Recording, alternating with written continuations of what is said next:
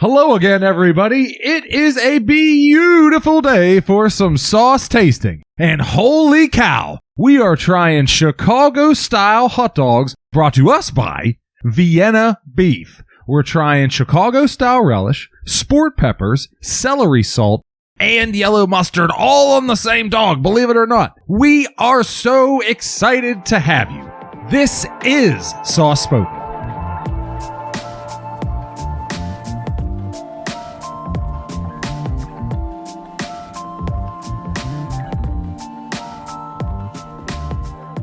And we're back. We are Sauce Spoken. We're the podcast detailing your favorite sauces, dips, and condiments. My name is Adam, and I'll be your host, and I'm joined here this week by my co-host, Tori. That's right. Hey, we're back again, and my name is Tori. And to my right... TG's back. I am back. Back good again. I didn't really go anywhere. But hell, I'm back anyway, whether you like it or not. And to my right, he doesn't mean to get political or anything, but he's out here asking the tough questions. Like, what the hell is oatmeal? Our good friend and co-host, E. Oatmeal. Hi, E. Or that Planet Oat, what was it, ice cream that I bought? Planet Oat ice cream. That's even more weird. What? Right? Yeah. Oat ice cream. You brought Oat ice cream. You bought Planet Oat ice cream? I sure did. That brings me out of the briefest of Sauce Spoken Rewinds, because last week we were talking about that Nestle Toll House Toffee pecan turtle sauce. Ugh. And we came back over to your house Friday night to play some board games, and I tried a little bit more of that, and I put on too much on the ice cream, and it was inedible. That's how, sickeningly sweet it is. I literally just dumped, half that ice cream, because it was way too sweet and sickly. Wow. Yeah, I had the option to try that sauce, that Nestle one, on my Planet Oat, whatever, Oat Planet ice cream, weird shit, and I chose instead to use Hershey's syrup.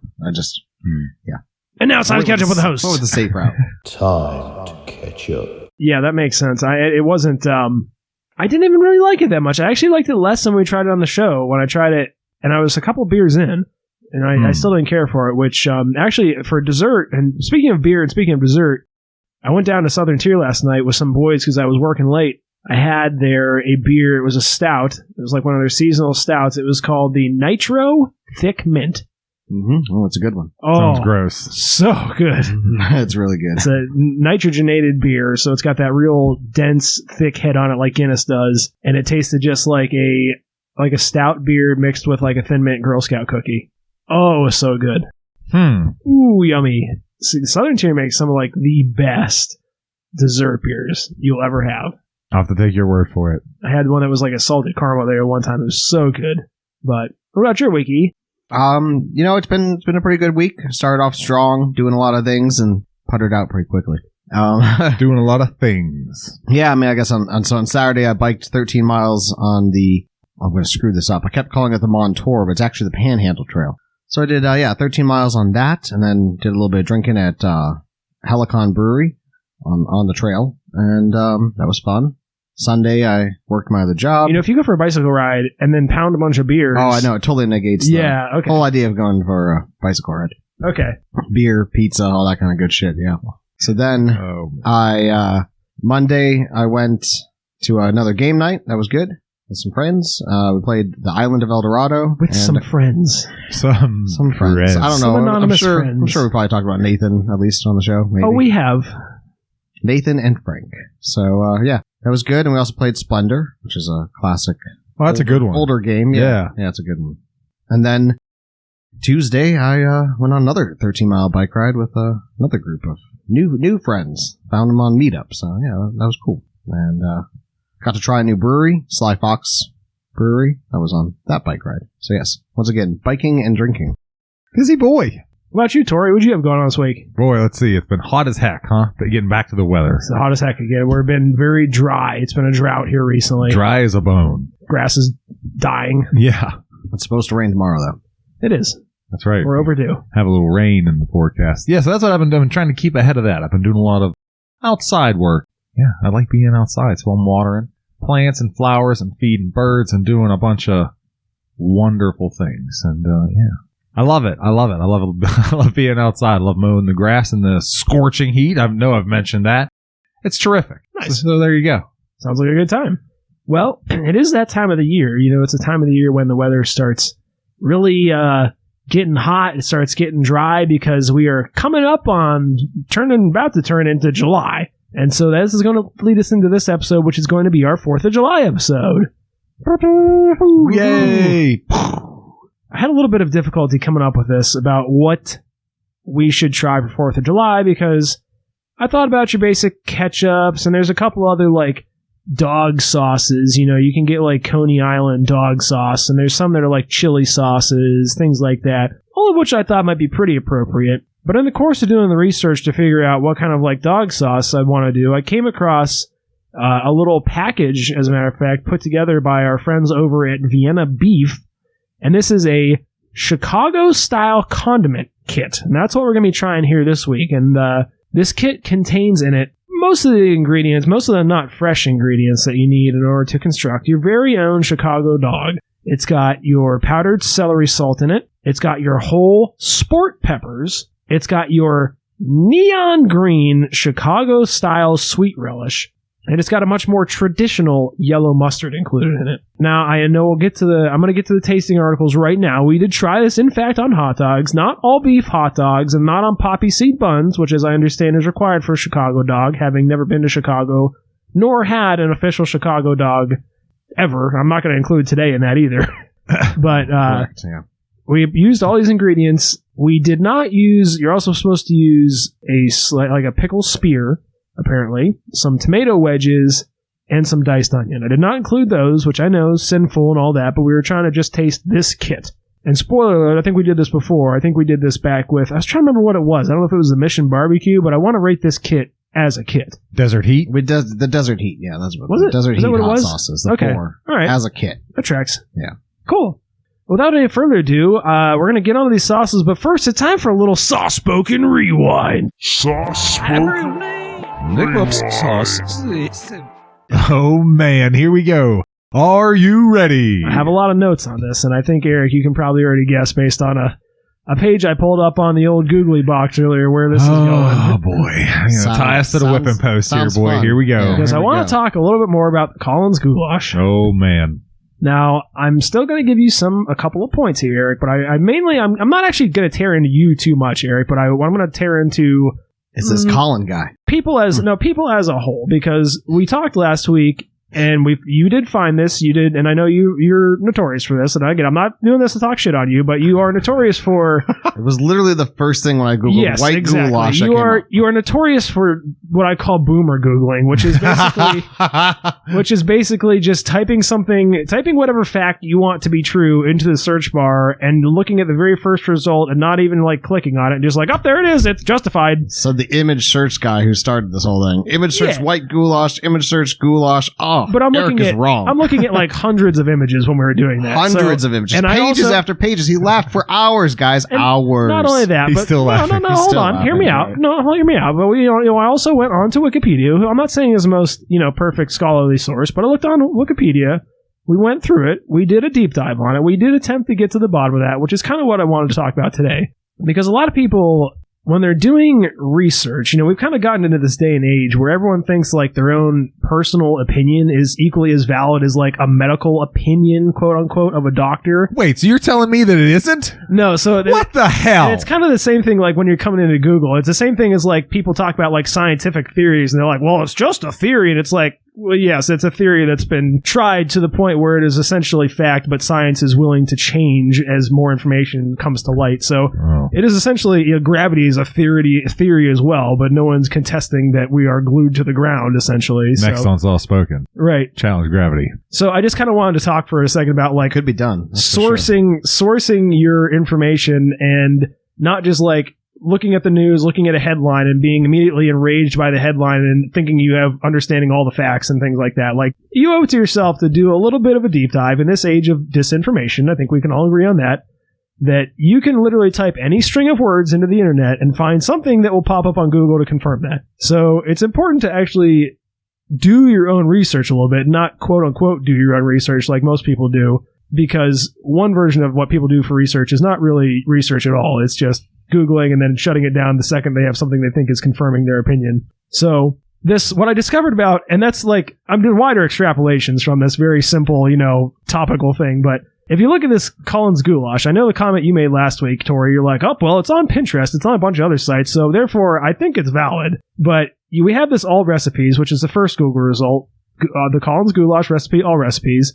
And if you come down and click on things like Pinterest, you'll find that it's in fact just a link to the All Recipes website. Oh, damn. And the problem is you have a lot of these things now which are like content aggregator websites, and there's lots of people that like just make ad revenue by rehosting other people's content, and Pinterest is guilty as that as anyone else is. So the problem is that, like I said, you can type one thing into Google and you'll find like 1,000 results, but it's actually all just like one person's recipe that they threw up on All Recipes, which is a publicly available recipe website that anyone can upload stuff to and call anything by any name they want without any verification. So essentially, all those other results are, all of them I found are essentially just linking back to All Recipes, which is why the same things are all the same images and stuff up here.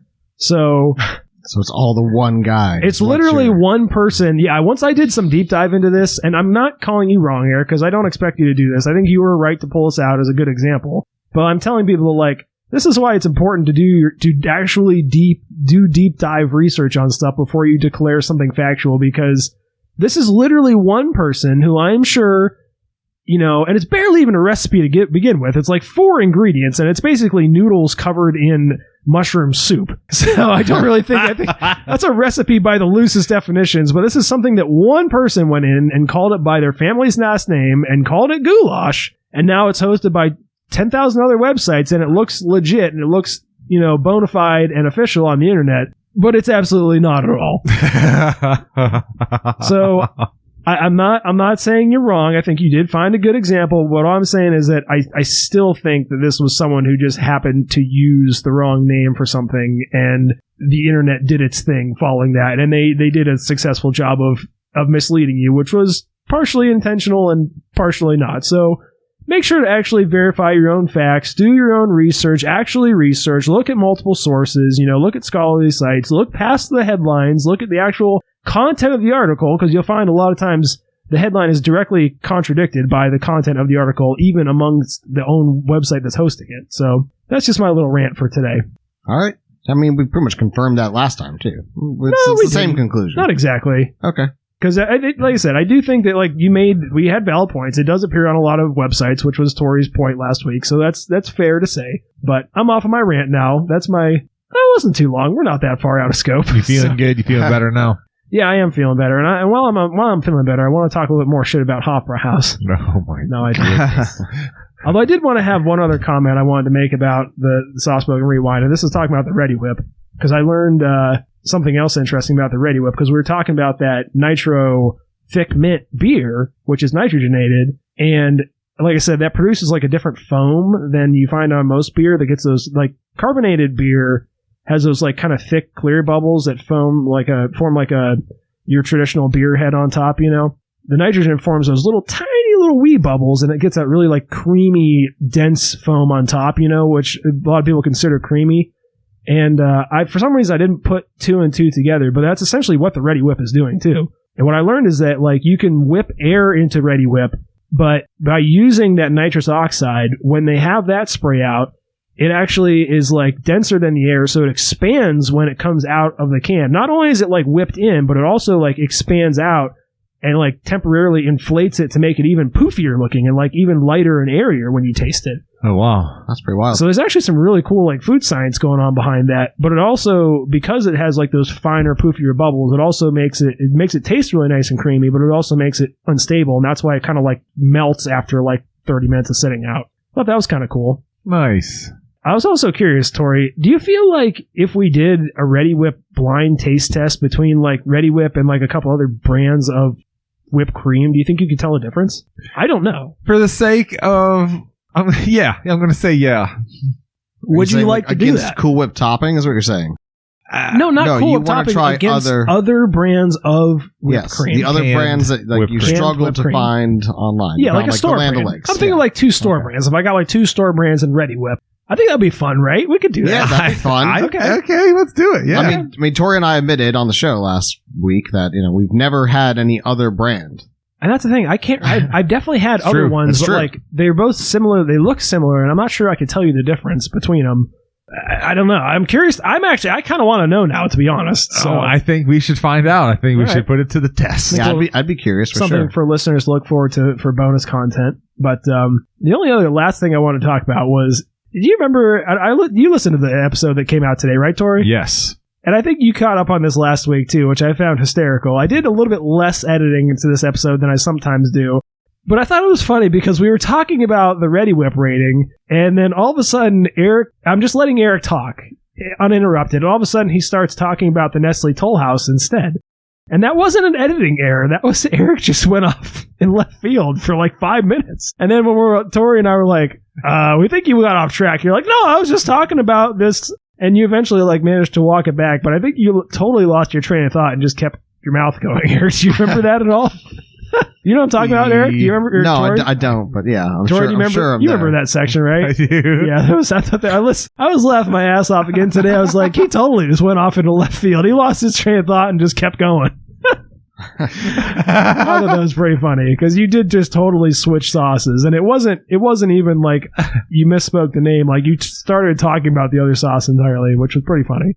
I'm sure it happened. I mean, it's there on the podcast. It was interesting. I actually was at work today, and someone was interviewing a podcaster on the radio. He was talking about how that looser format and it's so great that you can just hear people's thoughts as it comes to them and make fun of your friends.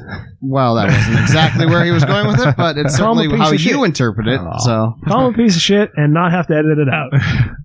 All right, well that's all my soft-spoken rewind. I know that was a lengthy one, a little bit more preachy than they sometimes are, a little more preachy and a little less fun. But I think people will get a kick out of it. Tori's laughing. I know you get a kick out of it, E. Good. Hilarious. But without any further ado, let's go ahead and let's move on because we've got a lot of ground to cover here. Let's start talking about the Vienna Beef Chicago Dog Kit. It's time for us to get on to the visual description of the outside of the containers that we're looking at here tonight. We've got 4 to go through. Tori, do you want to take 2? Eric, do you want to take 3? And we'll just hammer through these? Sure. Would have been good episode for a guest, huh? Pick 2, E. Oh, yeah, we could have had 1 per each person. That's an interesting point. That's right. Very good. Very good. I reached what I could get there. And that's, all right. So it looks like Tori's picking the yellow mustard, and he's got the Chicago-style sweet relish. And Eric, you've got the sport peppers and the celery salt. So you want to go ahead and lead us off there, Tori? Give us your visual description of the outside of the containers we're looking at? Sure. Here I have a plethora, whatever you wish, of colors here in front of me. One of which, of course, yellow. And this is yellow mustard. And it resembles your typical, what I would say, French's, which I would consider French's to be the iconic shape for a mustard vessel. Very much like how the Heinz ketchup bottle is that iconic. You think of a ketchup bottle, that is the image that comes to mind. It's sort of it's different enough that it's sort of a don't sue us. Yeah, I think you're spot on. It's just different enough. It has a mohawk and an eye patch, so it doesn't get sued. But yeah, so we have 9 ounces worth of yellow mustard, and yeah, it's pretty plain Jane. It's a yellow bottle with a yellow label, and inside that is maybe a plaque, if you would, that's red. And on top of that, it says yellow mustard, quality products since 1893, quite a long time ago. So there you have it. Vienna beef, yellow mustard, 9 ounces worth. And then in my right hand, I have Chicago-style relish, which of course is Vienna beef also. And this is a neon green. This is almost like top of the morning to you. Welcome to Ireland type green. Emerald, very, very green. So similarly to the mustard, it has a band that is pickly green, sort of a dark cucumber green. It has that iconic, seeming to be red, iconic placard over it. And on top of that, it says Chicago-style relish. And again, reminding us of their tenure of 1893 and how long they've been around. We have the recipe, which we're going to get into soon. Interesting. Yeah, which nails the kit, has all the ingredients of the kit, plus the extraneous ones, the vegetables that you mentioned. Right. Did I miss anything on there? Did I nail it from memory? Onions, tomato wedges, a spear, and the kit. Perfect. Yeah. Great. Yeah, it does, like I said, I think you're supposed to have an actual all-beef hot dog.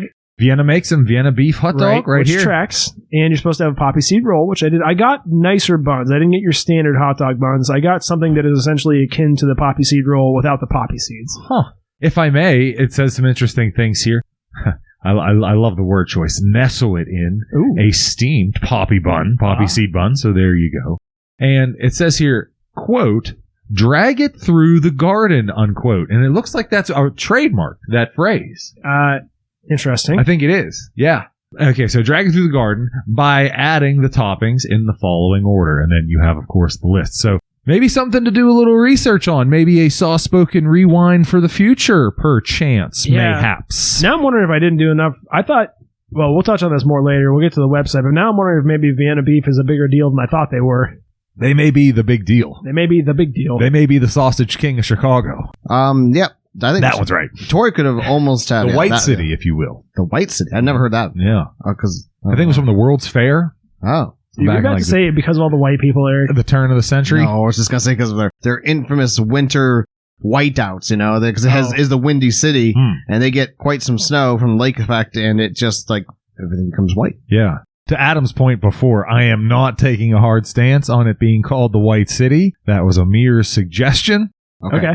Don't take that to be factual. The two, I got the sport peppers and the celery salt. And honestly, Tori did a really good job of nailing it here. The sport peppers are in a glass jar with a metal black lid. You know, it's generic other than the brand with, you know, the label that goes around it, which is identical to the Chicago style relish in every way. The only thing that is a little bit different is the band that goes around the celery salt. Oh, no, it doesn't. Quality product since 1983. I don't know how I missed that. It's just because it didn't say the refrigerate after opening, because you don't need to with celery salt. But yeah, then it has the whole list of ingredients on the side. Same colors, same black cap on the celery. Seasoning is in a plastic bottle now. So I thought it was called celery salt. No, you don't. Oh, that could be right. If you speak a different language other than English. Right?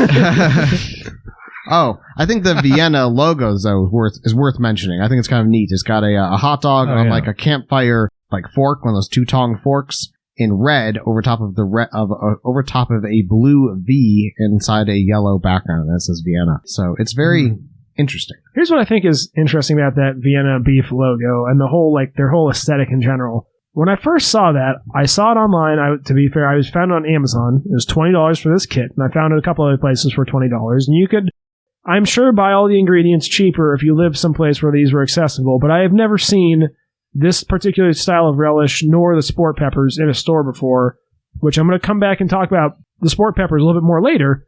But I'm sure you could get all these. If you lived in Chicago, people are probably laughing that we paid $20 for this. This is probably like $3 worth of ingredients. Yeah. But maybe $5. But I think their logo is interesting because to me it looks kind of like chintzy and generic, but it also looks kind of charming and looks kind of like legit. It looks just kind of like old-timey new, but to me it really looks like the brand you would see as like a movie prop brand. Like something that doesn't really exist in real life, but is supposed to look like a real brand, you know? Yeah, I get what you're saying. That's what it looks like to me. It looks like a movie prop brand. Wow. Vienna mustard in a movie. Yeah, well, I mean, look at the labels on the other ones in particular. They look very like something that would be make a good visual presence in a movie, but otherwise not be a real existing brand. I think it's the bold color choices. It's very like it's vibrant. Yeah. Yes, and like almost like you said, like maybe Photoshop or even like just paint could have done this, you know. But like it was done well though. Like it is done well. And so it is interesting. I do like it. I'm in favor of it, but it also looks very like dollar store generic-y almost. No question about dollar store. Yeah. So I was definitely thinking at the dollar bin at your mom and pop grocery store in the suburbs of Chicago. Right. Which is why I assumed that it wasn't like some official legit thing, but I feel like we need to do a deeper dive on the brand, the Vienna beef brand now to see if like they do a lot of other very legit stuff, because I don't know. But before we do that, let's get on to the actual inside of the containers, the sauces and other condiments that we're looking at here tonight. And it bears mentioning that, Tori, I think yours are both safely called like sauces or condiments. Eric, the ones you have are more like toppings. Yes. Which was not something that we normally cover, but that's why we're rating this as a kit. And I think it is also fair to call those condiments in a sense. So I think they're within our purview. Sure. Toppings. Yeah. What a concept. But why don't you lead us off with a visual description of the inside of the containers we're looking at there today with you, sir, Tori. Why don't you lead us off? Okay. Where shall I begin with yellow mustard? Who hasn't seen yellow mustard?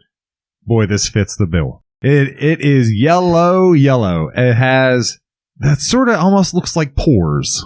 You know, if you look at it, if you give it a squeeze, you know what I'm saying. I'm making E really nervous because what I'm doing is I'm squeezing the bottle just enough to get some exposure so I can get my eyeballs on it. Over an easily cleanable surface. I was stunned on the pores comment. That's Easily. all. If you get in here and see, I think you you can see what I'm talking about. I know what you meant. There's, because there's it's a the grittiness to it. The grains. Mustard grain, yeah. A little bit of grain to it. So, yeah, I mean, it is mustard, my man. It is good. And it looked particularly good on that dog. Yeah, it looks so good, I had to take a picture of it. And that's exactly what I did. So, flipping the script from Check out the Instagram for that. Yeah, check out the IG. That's Soft Spoken Official.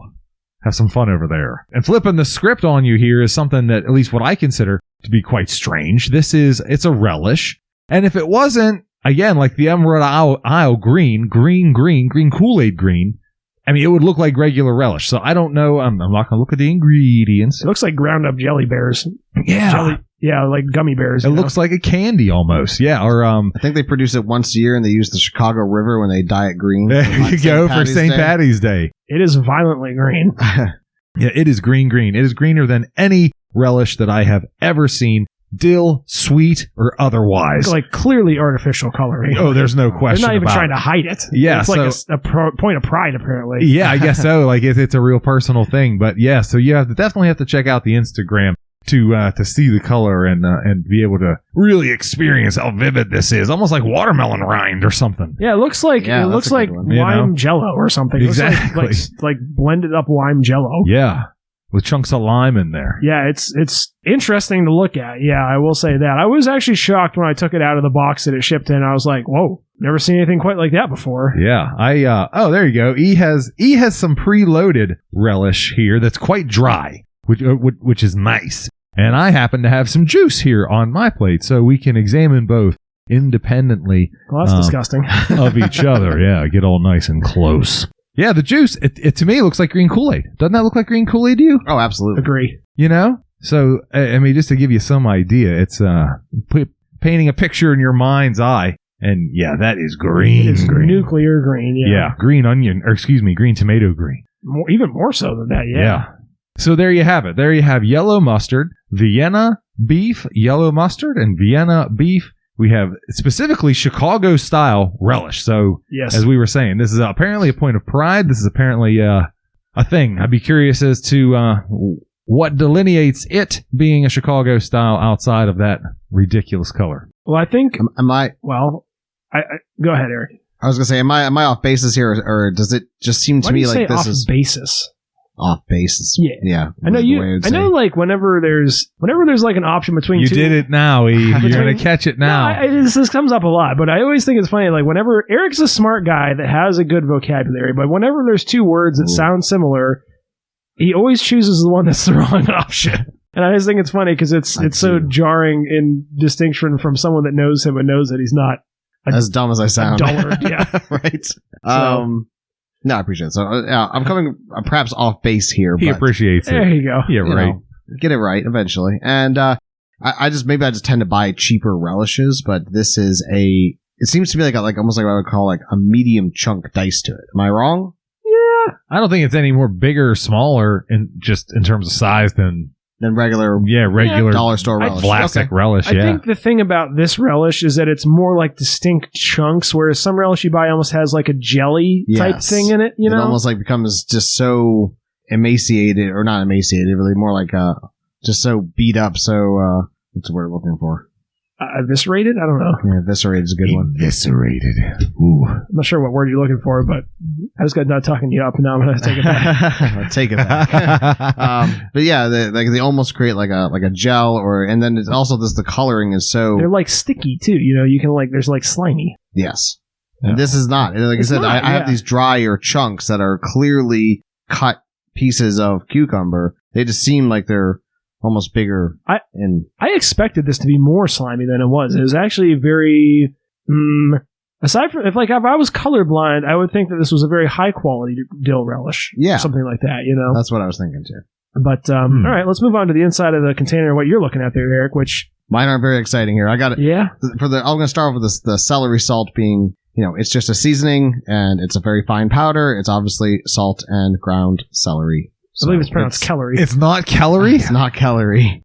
And it's got a slight green hue to it because of, well, celery's slightly green. It does have, like, I think it's like some little variety in there, isn't there? Like, or is that just my eyes deceiving you from over here? There's like some darker chunks and some lighter chunks, there's right? some darker, because there's like celery seed probably that's got caught up in there as well. Okay. And then the leaf, which gets very brown when it's dried out, and then the celery itself, which I think is they're grinding really whole more, celeries for this thing. Possibly. Okay. I mean, that's what I would guess would be those like darker patches, unless I have they're no using idea. rotten celery, which I mean, that seems wrong. The leaves are a little greener than the stalks of celery. Yeah, I would agree with that. I would agree with that, but when you dry them out, they definitely get more brown, I think. So maybe that's what we're just seeing the celery leaves. I have no particles idea. inside there.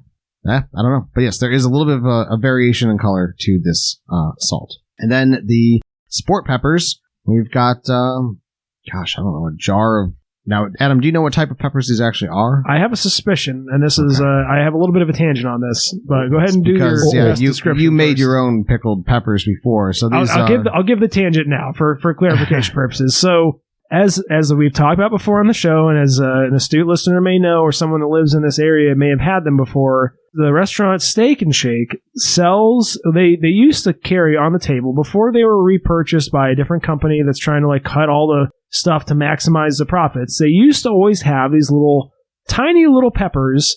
I don't know, about the size of maybe like 2 beans in length and size, stacked end to end. They used to have these little peppers in a bottle. And you'd put them on your chili, whatever, stuff like that. You know, they were just a little garnish for stuff. Something if you want to add a little bit of zing to your food, particularly the chili, they worked very, very well for. And you could either use the juice that they were packed in, which was kind of just like a somewhat spicy vinegar, or if you were feeling bold, as I frequently was, you could actually dig the little peppers out and eat them like that. Like I said, they become increasingly hard to get from Steak and Shake, and I went on a mission a while back where I wanted to attempt to replicate that somehow. Now, the peppers that they tell you on the back of the Steak and Shake bottles are called Amazon peppers. Oh, wow. Which, if you look it up, that is not a type of pepper. That's essentially their like trademark way of saying, hey, we're not going to tell you exactly what type of pepper we're using. Huh.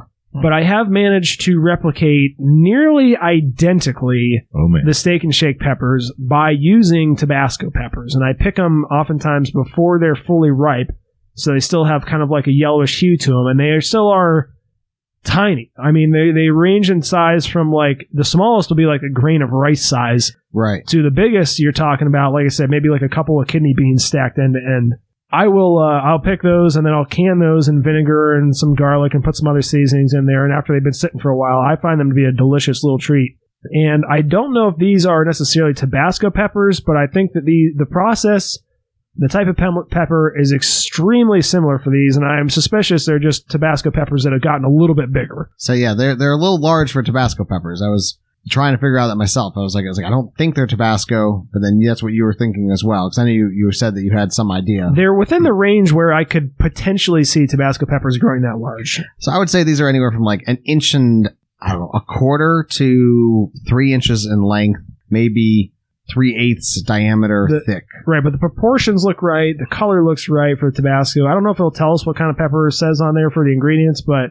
I'm trying not to look. Yeah, I know. We'll find out later, but I am curious to see if it tells you. But I was shocked and astounded to find out that apparently Chicago calls these things sport peppers. And I never knew about this before now, that's essentially what I was looking for, was sport peppers. Sport pepper. Yeah, I never heard that term either before.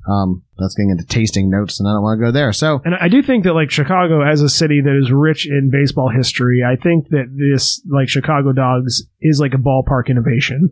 Oh, I would imagine so. Without officially finding it on Wikipedia, that is my taking a hard stance guess. I think that's a well-educated guess there. That's probably part of why they're calling them sport peppers. But yeah, they're like very monochromatic, very like classic green hot pepper. They kind of almost look like I call them yellow.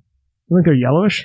Well, they're like a yellow green, or like I said, I was going to say maybe like a real pale jalapeno, or like a super pale jalapeno. Yeah, they definitely have a greenish tint to them, but yeah, they're kind of yellowy. And like jalapenos are quite dark. Jalapenos are almost as dark as that Chicago style relish.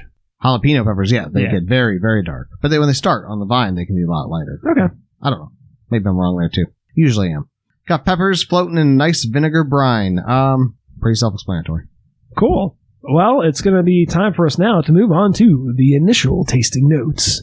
Now we're doing this notes as the kit, or are we doing the notes as trying to look at the individuals? We can go through the individuals, but I would say let's keep it topical. Let's not go too deep dive as we sometimes do, just for the sake of brevity. So let's go ahead and start off with the yellow mustard. I think this will be a pretty easy one. Tori, you want to lead us off with your thoughts on that? Sure. Don't mind me.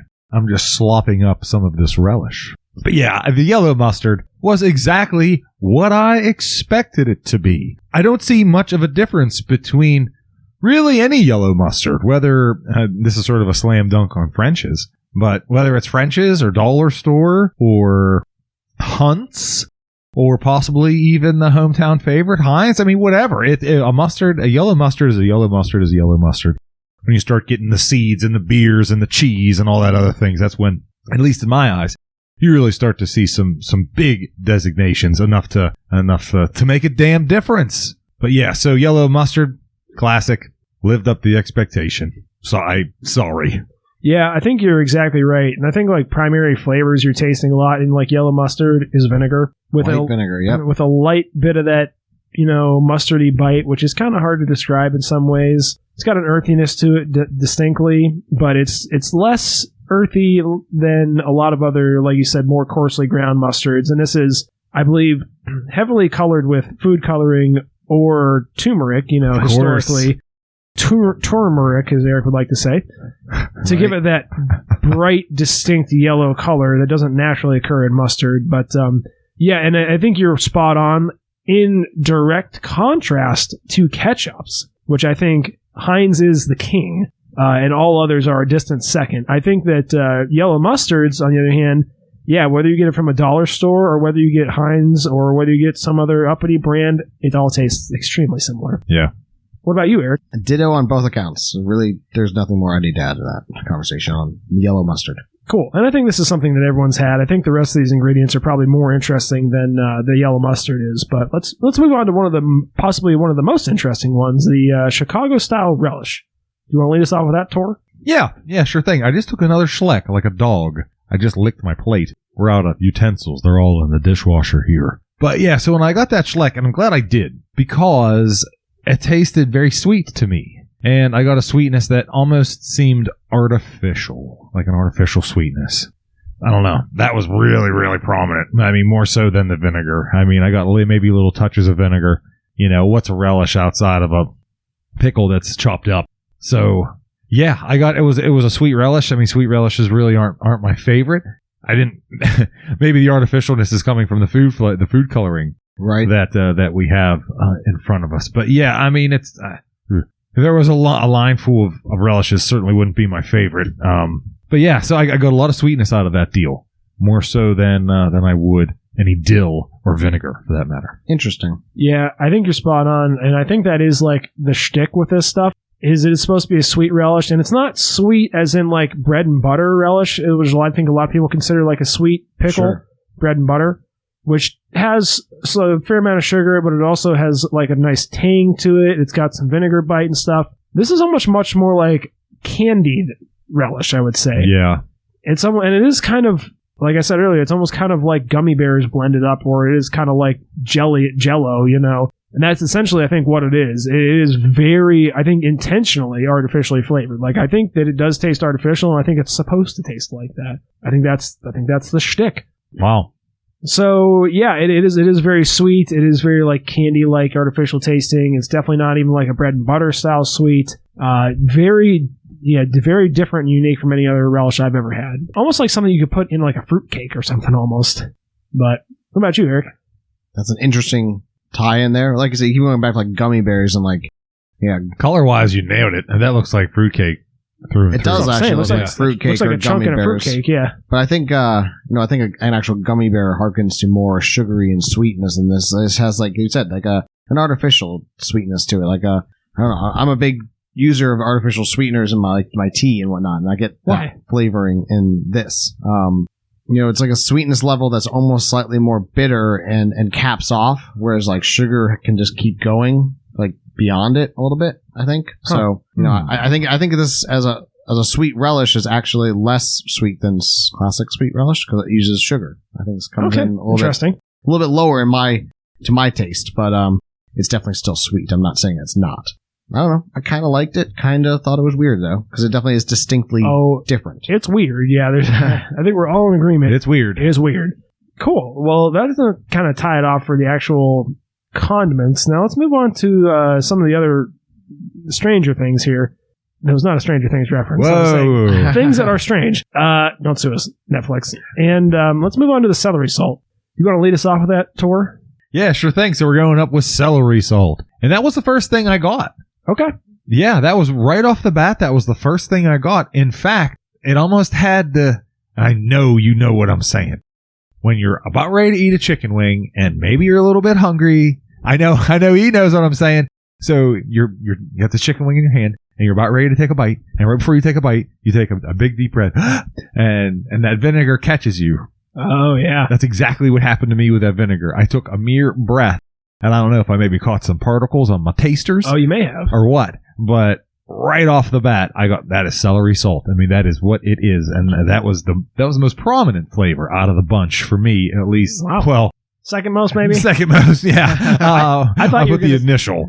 I thought you were going to say that when you pick up a chicken wing to eat it and it's been sitting next to the celery they give you on the plate and you get a whiff of celery. That's what I thought you were going with that. But I see what you're saying now. Yeah. I mean, it's those aromatics, man. I mean, celery's an aromatic, so it's doing its job despite it being dried and sitting in salt for Lord knows how long. But yeah, so yeah, that was the first flavor initially. I got right off the bat on that, though, or right off the bat. And it was the second most prevalent throughout the dog. And the jury's still out on whether or not I think it's appropriate for a hot dog. Huh. I know we're going to get into fights. Cubs fans are, and you're talking National League, it's Central. Yeah. A lot of hatred there. We could get ourselves into trouble on this episode. Yeah, right. Very easily. I think between like Chicago and the other one is like Boston. If we ever do like a Boston dish, I feel like both of those places would like be coming at us with violence, if we do them dirty. So very true. Yeah, I think it looks like sand on a plate, and it does definitely taste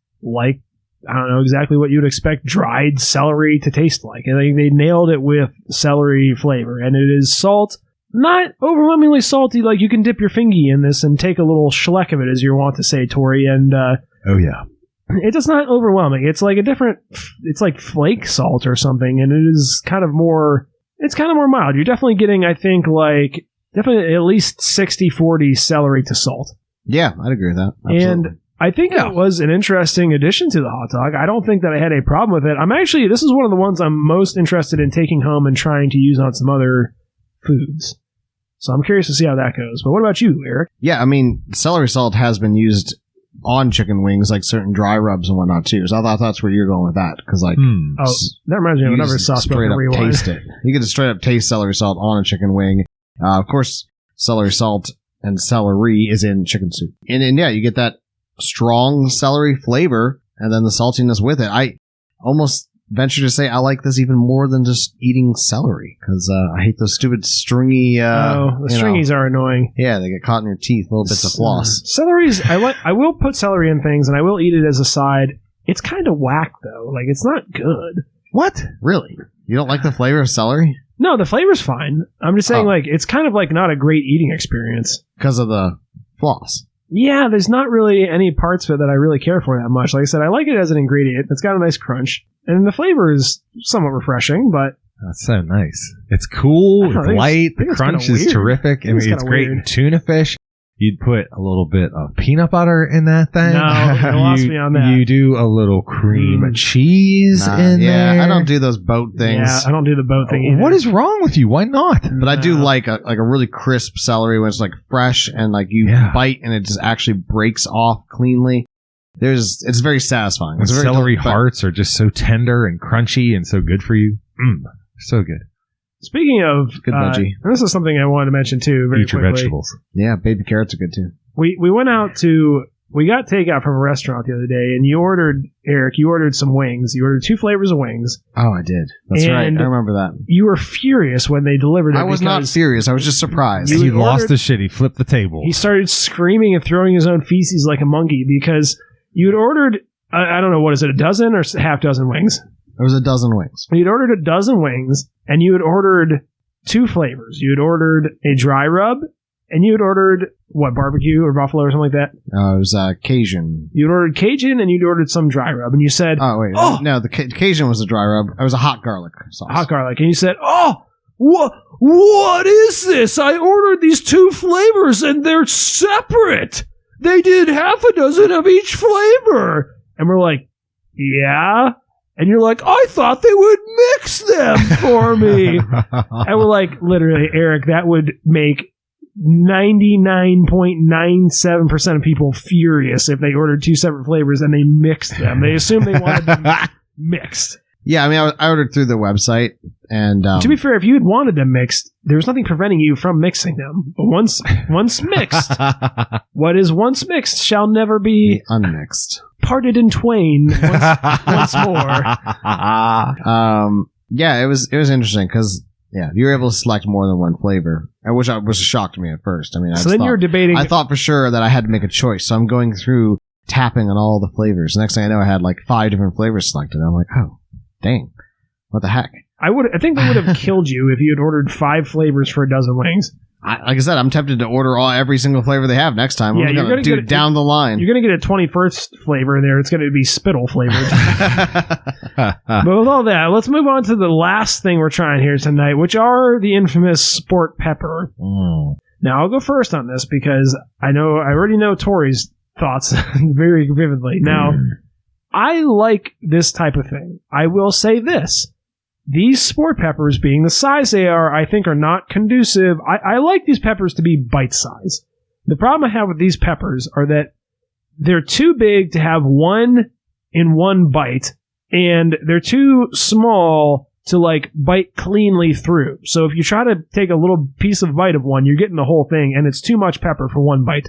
Unless you're someone like Eric, who likes to have an entire roasted red pepper on top of a burger, it's too much pepper for one bite. This is coming from the guy we joke about eating, a 6-inch sub from Subway in 3 bites. Yeah. And he's like, I can't handle this little pepper. It's too much. It's I don't too know much. what he's saying. I really don't understand where you're going with that train of thought, but they are spicy. They're filled with vinegar.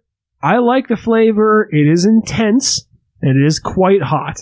For some people. Huh, okay. I thought that these are relatively mild. I think that the peppers that I make are a little bit less mild than these. Yeah. But I like the ones that I have because, number one, the way I preserve mine, they end up a little bit softer, so they're a little bit easier to chew. The seeds that are in them are a little bit more tender because they're younger peppers. Right. And in addition to that, you can eat them all cleanly in one bite. And it's not too much. It's not dominating the mouthful. Okay. As it were. And I think these dominate the mouthful.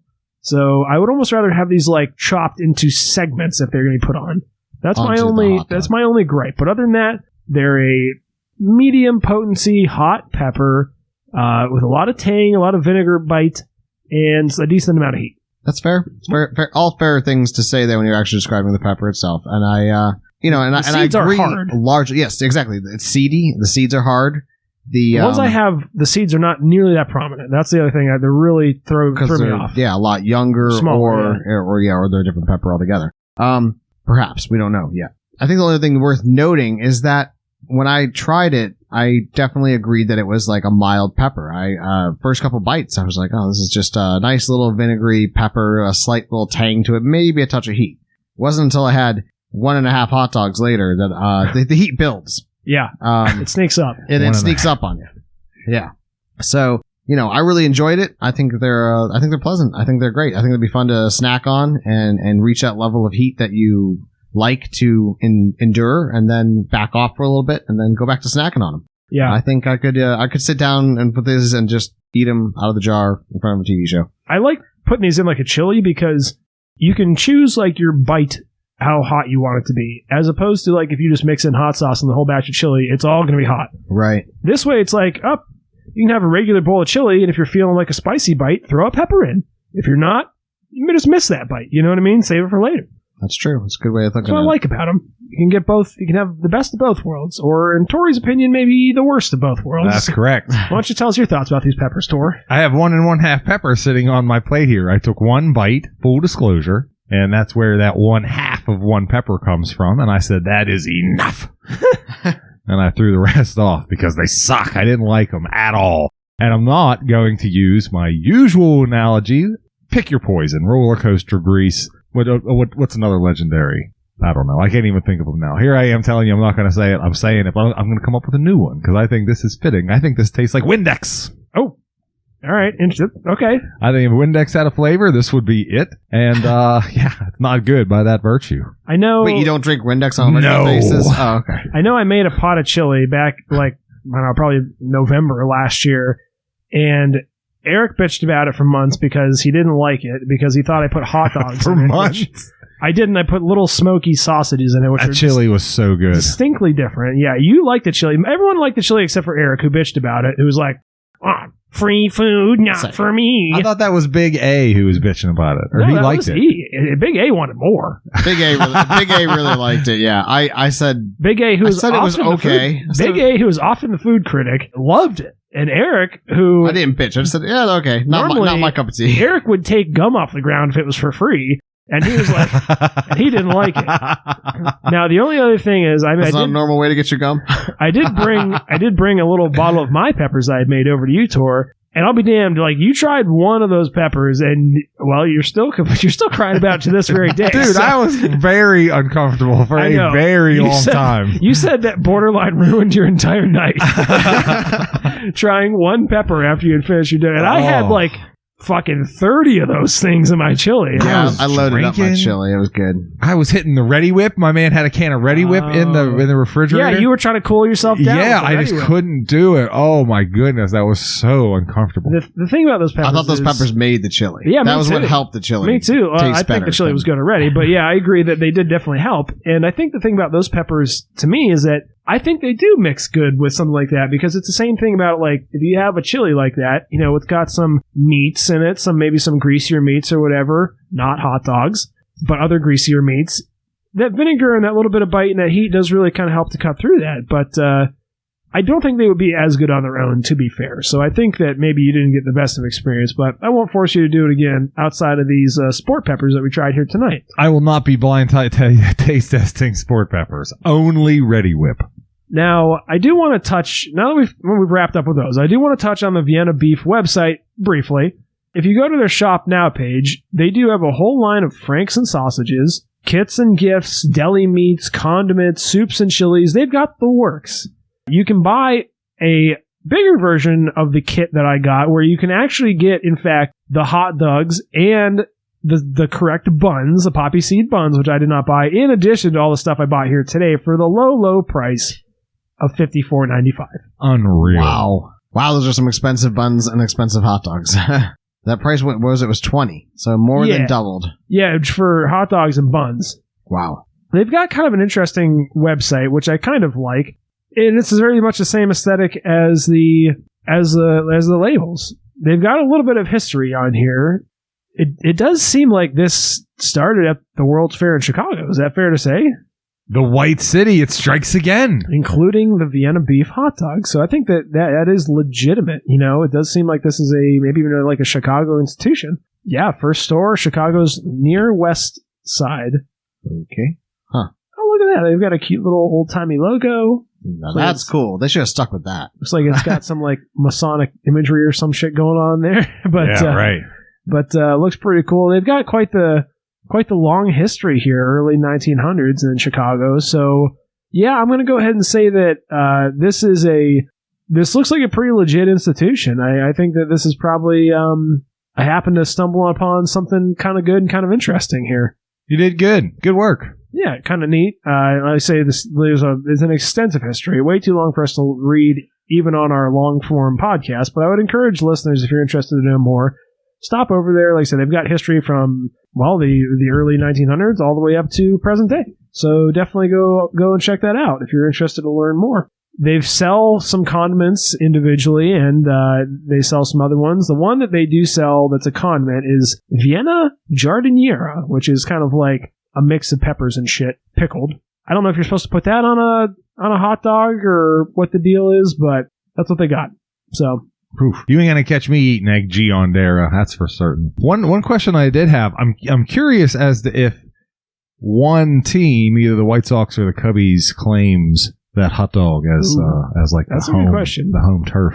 I think this is going to have dog. to be like soft-spoken rewind territory because I want to know more. I want to know more than I'm willing to research right now live on the show. So The rich culture of Chicago. We should go to Chicago live in Chicago. That'd be cool. I've never been to Chicago. I did just Never enough been. research to find out what needs to go on a Chicago dog. I did not know that authentically. I did look that up. But I actually want to know more information now. Yeah, I want to know if this is like a sports thing, and if so, which did it originate with? What stadium specifically? I don't know. I want to know more about the relish, what led to this abomination that we're seeing here tonight. Mike Ditka was on the website, so it could even be football related for all I know. All right, very wow. cool. Well, it's time to get on to Eric's favorite segment of the show. We're going to reveal some mysteries because it's time for the ingredients. The ingredients. The ingredients. Not All right, let's go through this rapid fire here. Let's just knock it out. Celery salt. Celery salt. It is salt and ground celery seed. Specifically, the seed, apparently. Booyah. So we were all wrong about the leaves and the desiccated, dried I parts didn't of say celery. that. I was questioning that when you said it, but I didn't bring it up. So it's just seeds, apparently. We've got the... That's why I said, do you think they're grinding up the whole celery plants? Because I was highly suspect about that. dried it out, Sussy. ground it up. I don't know. Why not? I'm sure it could be done. Anyways, sport I mean, I peppers. guess. Yeah, it could be done. But yeah, it sounds like a lot of work. It could be done. Some would argue it should be done. No, I wouldn't argue that either. All right, ingredients for the sport peppers is a sport pepper. And it's... That's it. Okay. Let's see, there's a bunch of stuff in parentheses here saying sport pepper, water, salt, citric acid, calcium chloride, potassium sorbate, So it's pickled. water, vinegar, and turmeric. Turmeric. Turmeric. Interesting. Tamarind. That's interesting. Okay, now I need to research on what a sport pepper is, too. And we'll see if that's the same thing as the Amazon pepper or if that is actually Probably. a type of pepper. I think it sounds like a made up. Yeah, they're not telling you what the pepper is. Which it's like, what Why? are you Yeah. going to do? Are you really going to go through this work to grow the peppers and then pickle them and go through this whole process? Like, That's goofy. I don't think most people are doing that. I think I am distinctly unique in that aspect. Chicago style relish. We have ourselves here the cucumbers, water, and vinegar with high fructose corn syrup, salt, spices, xanthan gum. Bang, bang. There Yep, you go. bang, bang. You, Red peppers. Red peppers. That's what it says. I Red didn't see peppers. any of those in I don't there. see no red in there. That's for sure. Yeah, it's nothing red at all. Alum? I'm not sure what that is. Oh, yeah, that's like a spice. Okay. More turmeric and for color. And benzate of soda. Benzoate. Benzoate? O-A-T-E? Yeah, of soda. Interesting. So the high fructose corn syrup must be mostly responsible for that. The Sweetness, which is weird. I expected it to actually be like There's no aspartame or something like there's no that. green 46 on there or something? Yeah, that's totally what I was expecting. No, That's not there's- the first ingredient. Yeah, really. There's not even any Maybe I'm it's sorry, it does say it's FD&C blue number 1 for color. blue. And 1/10 of 1% of the benzate. How do you say that? Benzate? I don't know. I'm guessing it's benzoate. Benzoate of soda. Zoit. Zoit. Cool sounding word. Zoit. I'll forget it 5 seconds from now. Zoit. All right. And then yellow mustard. Wow, nice and easy too. Distilled vinegar, number 1 mustard seed, salt, and turmeric and spices. Nailed it. Wow, there's a turmeric in like every single one of these ingredients. And turmeric is like a health food too. It's very good for It's a you. superfood. So, I Right. try and claim. yeah, so I'd say go ahead and it's on the celery salt. I don't think was it. I thought it wasn't. Was it? Turmeric No, salt. no. So it's usually just for color, and there's not really much color appeal going on with the celery salt. It looks like sand. Very interesting. Well, man, I feel like we barely scratched the surface on the Chicago dog thing. Well, yeah, it's tough. Like I said, we didn't really try a Chicago-style hot dog because of not the Vienna Franks, not the right poppy seed bun, Exactly. didn't have the onions or the tomato. I think their I think- catch line dragging it through the garden is really like To be fair, though, fitting. like we've all had lots of sandwiches with pickle and tomato and onion, and I think you can kind of envision, Oh yeah, how those flavors might. mingle with these other Yes. flavors we just tried. And I think that like what we're trying for the Chicago dog are the things that we have not had before, aside That's- from the yellow mustard.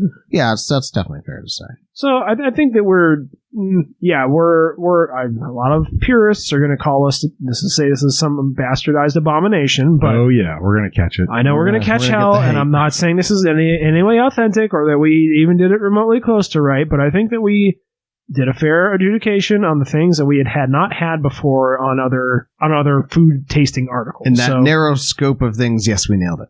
So I do think that like we're close enough to be fair in our tasting for this, but without having had an authentic Chicago dog, and I don't think you guys have either, right? Nope. So with that in mind, with nothing to solidly adjudicate against, and if anyone wants to chime in and tell us that if they've had this Vienna stuff, I don't know if this is a popular brand in Chicago or not, but if you'd like to chime in and say whether this was a good brand to try, or whether it was a bad brand to try, or whether we're stupid, ugly, non-Chicagoans, and we have no concept of even remotely close to doing this right enough to even make an adjudication. There you go. Now you're getting closer to home. Go ahead and chime in. That's fine.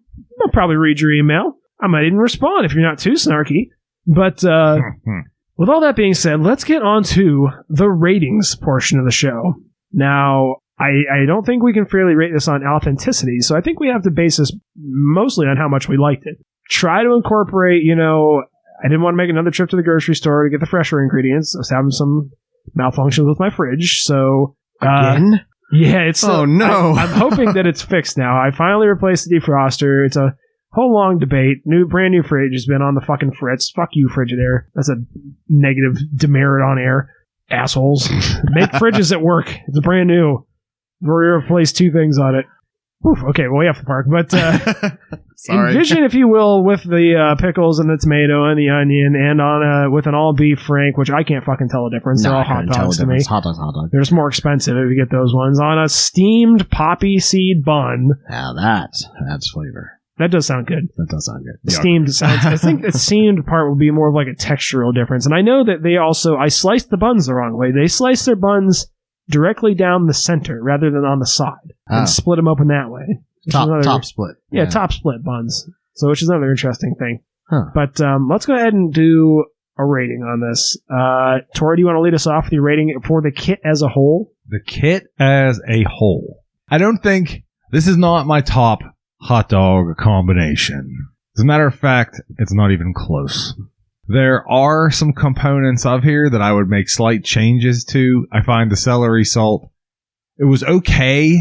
I find it inspiring, though. I might throw on that dill pickle salt on a hot dog the next time. And I probably wouldn't have gotten that idea if it wasn't for this. I agree 100%. I think the celery salt is inspiring. That's how I would phrase it as well. Yeah.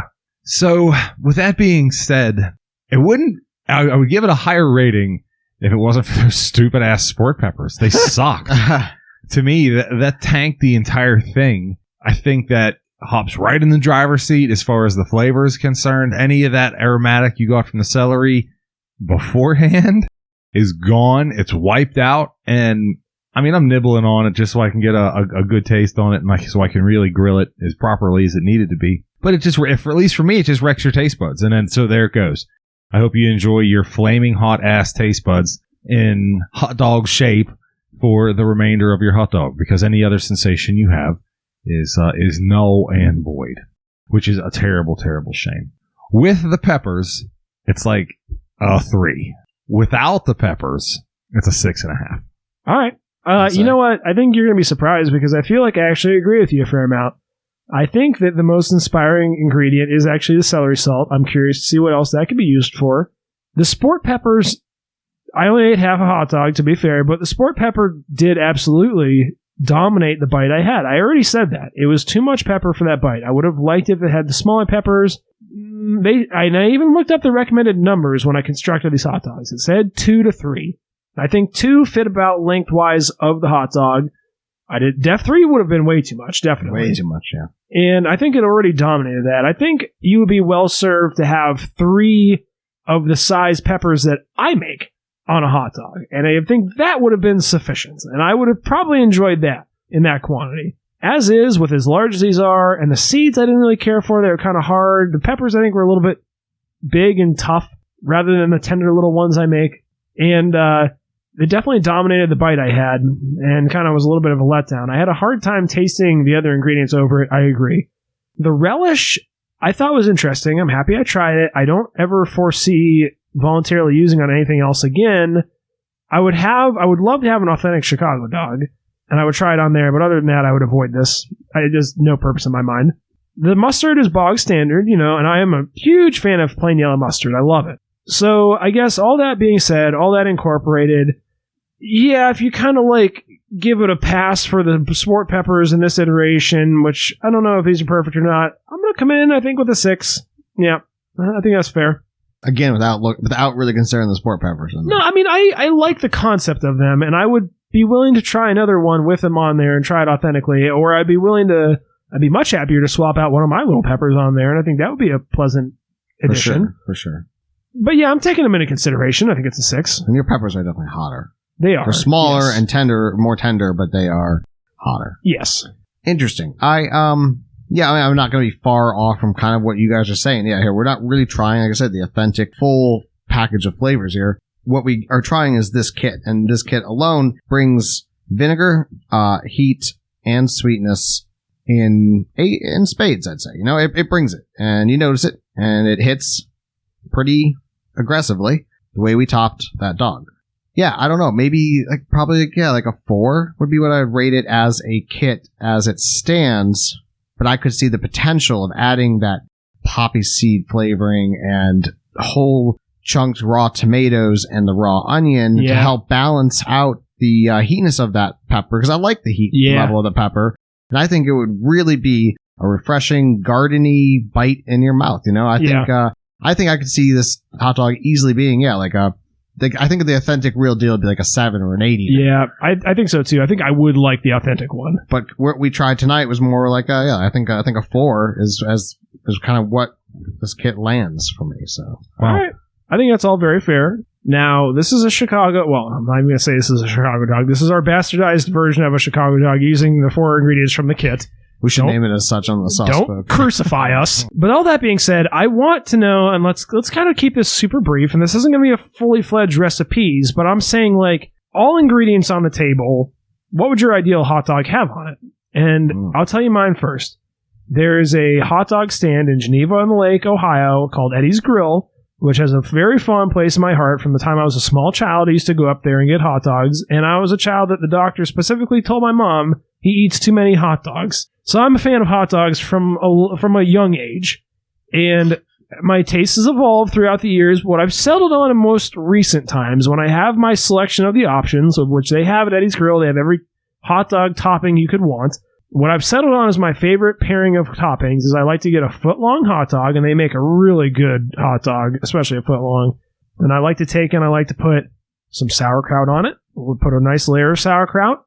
I like to get a hefty amount of chopped white onion, may or may not throw a little bit of dill relish or pickle on it, just a little bit. And then I also like to put a decent amount of grated horseradish on it. Not horseradish sauce, but horseradish. And put a good layer of that on there. And then put a pretty hefty amount... one other key ingredient, banana peppers. I like to throw some banana peppers on there. So yuck, see ya, lost me. So not like these, not like sport peppers, like the little chopped mild ones, mild banana peppers. But like I said, sauerkraut, onion, banana pepper, horseradish, and then a good healthy stripe of yellow mustard on top. That is like Adam's Ohio dog. I like that. Wow. What about you, Eric? Not a huge hot dog eater. I mean, I enjoy them. I just don't get out of my way. There was this really neat shop growing up called Dan's Dogs in Medina, which is no longer there, I believe, but they had a lot of regional themed dogs, hot dog styles. I could have gotten a Chicago dog, a pretty authentic, build there when I was a kid. Not that I ever really went. I went there like twice growing up. Anyways, I guess I could just like it. I like, pretty basic. I think white onion, hefty chop, layer of white onion, chopped white onion, and then like sweet relish and mustard, or not mustard, ketchup would be probably like my go-to just basic hot dog on like 4th of July, easy ingredients. If I had my choice though, I really do enjoy a chili dog, so maybe take out the ketchup and just put in a nice layer of chili on top of those onions and relish. I think that would be a slam it, and then add some cheese, some cheddar cheese on top of that. A chili cheese dog to me is a little different animal, but yeah, I can. You guys know I can slam on those too. Right? That's delicious. That's fantastic. And I don't know. I mean, I'm always interested in trying new things. I would try a Chicago style dog. I would try I went to Dan's Dogs, and the shop had I don't know, 30 to 50 different types of hot dog like style combinations of toppings, and they had all kinds of funny names for them and shit. And I was always like, wow, this is cool. I mean, I remember trying a few, and I don't remember what the hell they were. They were different and they were tasty. They just weren't, I guess, not memorable enough to remember them after 20 years later down the road. And I do wonder if Paxton Dogs up in Mount Washington does some creative hot dogs. That would be a fun place for us to check out sometime on a Friday night. Soft-spoken field trip. So, Tori, what's yours? Hell yeah. Well, I don't know. Maybe call me a purist, whatever you'd like. But I like a little bit of hot mustard. I like some sweet relish. Maybe some onions. If I really have my choice, that would be on a pretzel bun. Or like a chewier bun. Not your enriched flour or whatever Schwabel's bun. I mean, if I'm going balls out, we're getting the good buns. The chewy ones. Yeah, good call. Yeah. So, I mean, that'll really about do it. I mean, I would give a real real Chicago dog a spin if I found myself in Chicago, but this need for lettuce and tomato and stuff on a hot dog sounds a little bit over the top for me. So yeah, I'm going to stick to the naturals, stick to the hot mustard, the relish, the onions, and that'll do it. Cool. All right. Well, that's going to do it for us this week on the Vienna beef condiment kit for the Chicago dogs. All that being said, Eric? Vienna beef. I'm still confused by their name. They make hot dogs that and weird. Shit. Yeah, I guess. I don't know. They make dried meats. They're from like Austria-Hungary. They came to the United States and they make hot dogs. What the fuck are they going to call them? I think Vienna beef is a reasonable name. It's just wild that it's encompassed so many other ingredients and whatnot, and condiments and whatnot now, and their name is slapped on all kinds of stuff. So, all right, I know what you're getting at here. I'm just going on a rant. You're trying to avoid whatever I'm going to do to you. Did you manage in the past week to construct a parable? A parable, like yeah, you can just say no if you didn't. Like the ant that tried to take the whole earthworm over to its home, trying to mount its anthill, and then realized that it couldn't get it all the way down there. Just because you can lift something doesn't mean maybe you need it all. There you go. How's that sound? Okay, pretty good. That's a parable. Okay, you nailed it. Did you look that up, or did you make that up on your own? I just made that up. But is that a fable instead of a parable? No, that's a parable. Okay. A parable is just like a simple story. Because we looked that up that you can pull some moral from. Okay. A fable is just like a story. A fable is like a tale. Huh. All right.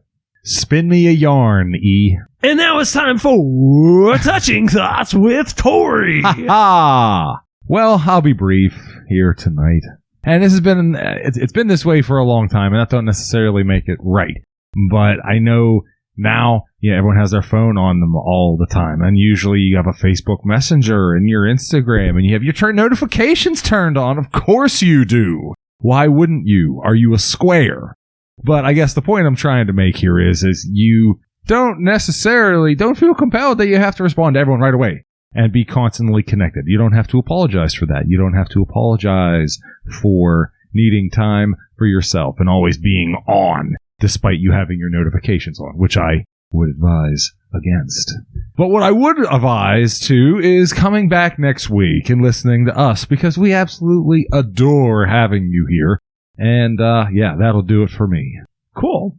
Well, thank you guys so much for listening. Those of you from Chicago, like I said, cut us a little fucking break.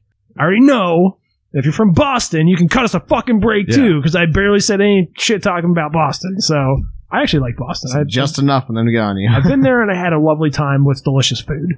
So nothing bad to say about them aside from lived in Cape Cod for 4 years. Easily angered people. That's all. They can't drive in that city. There you go. Some more hate on Boston. Are you trying to get us killed? With all that being said, thank you guys so much for listening, and as always, we'll catch you next week.